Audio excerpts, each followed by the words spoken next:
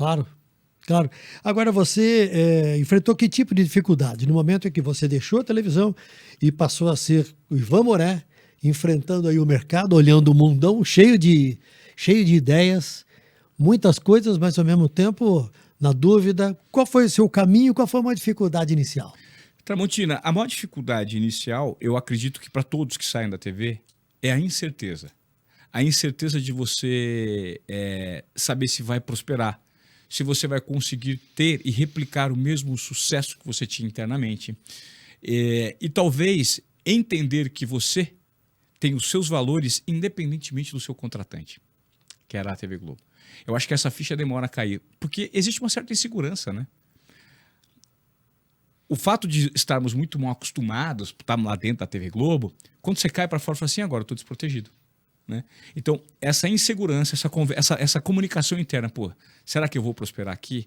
O que eu vou seguir? E aí, um segundo passo, para você vencer a insegurança, vem você encontrar discernimento na quantidade enorme de caminhos a seguir. Que eu acho que é a maior dificuldade. Como o mundo de hoje é um mundo muito cheio de possibilidades, dada a quantidade de plataformas que você pode produzir conteúdo e uma infinidade de narrativas, para onde você vai? Como você produz? Como se monetiza? Você não vai ter salário. E aí? E a estabilidade da sua família? E o plano de saúde?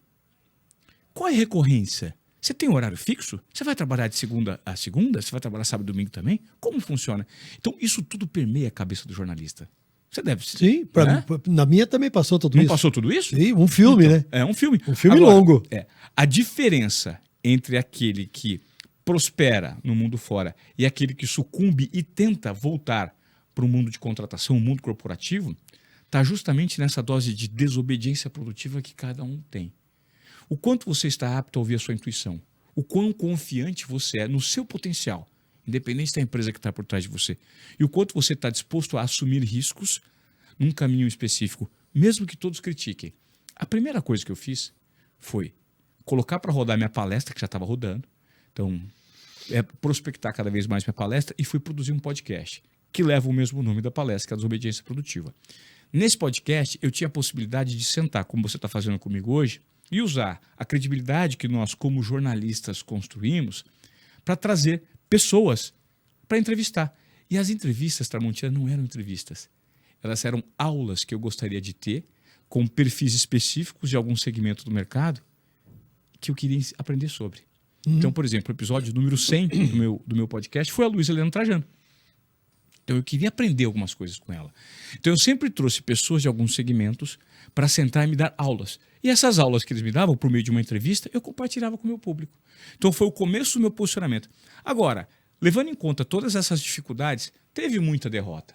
Eu sempre compartilho com as pessoas que, nessa trajetória fora da TV, 95% foram derrotas, né? Por meio de tentativa e erro.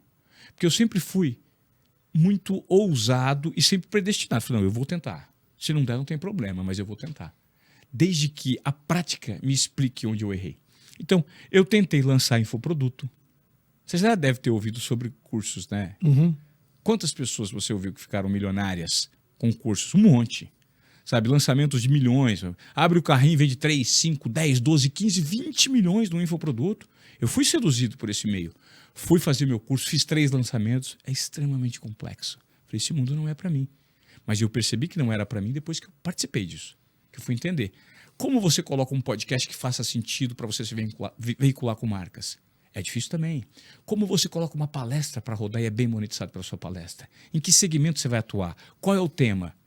Qual é a autoridade que você tem? Principalmente para mim, que fez uma migração de um repórter nichado, específico do esporte.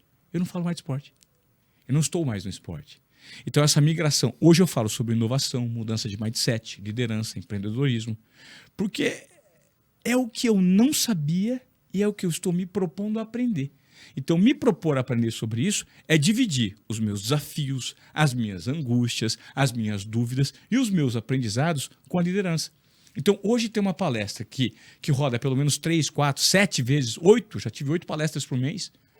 Pô, é muito legal, Tramontina, você ser bem monetizado para falar por uma audiência. O ano passado, eu me lembro, foi uma virada de chave muito grande. Eu fui convidado pelo pessoal do Grupo Meta para dar um treinamento para os líderes do grupo Meta, baseado no conceito de desobediência produtiva. Eles estavam passando por um momento de transformação, chama o Ivan Moré. É um cara que hoje é vanguarda no mercado. Eu falei, meu Deus do céu, que legal eu ser chegado hoje no mercado que eu não era, eu era o cara do esporte. Uhum. Como assim? E aí quando o Bernardinho e o Ricardo Bazara me chamam para encerrar um evento deles, o Bernardinho é um dos maiores palestrantes do Brasil, e eu tô na plateia, o Bernardinho encerrando um evento do Bernardinho, dando a minha palestra autoral. Eu falei, caramba, que legal. Mas Sensacional. isso é fruto de uma aposta que existiu lá atrás. Agora os resultados estão aparecendo, mas eles exigiram muita paciência, resiliência e, mais uma vez, 95% de erro. Mas os 5% que a gente acerta, eles compensam 95%. Aí dá.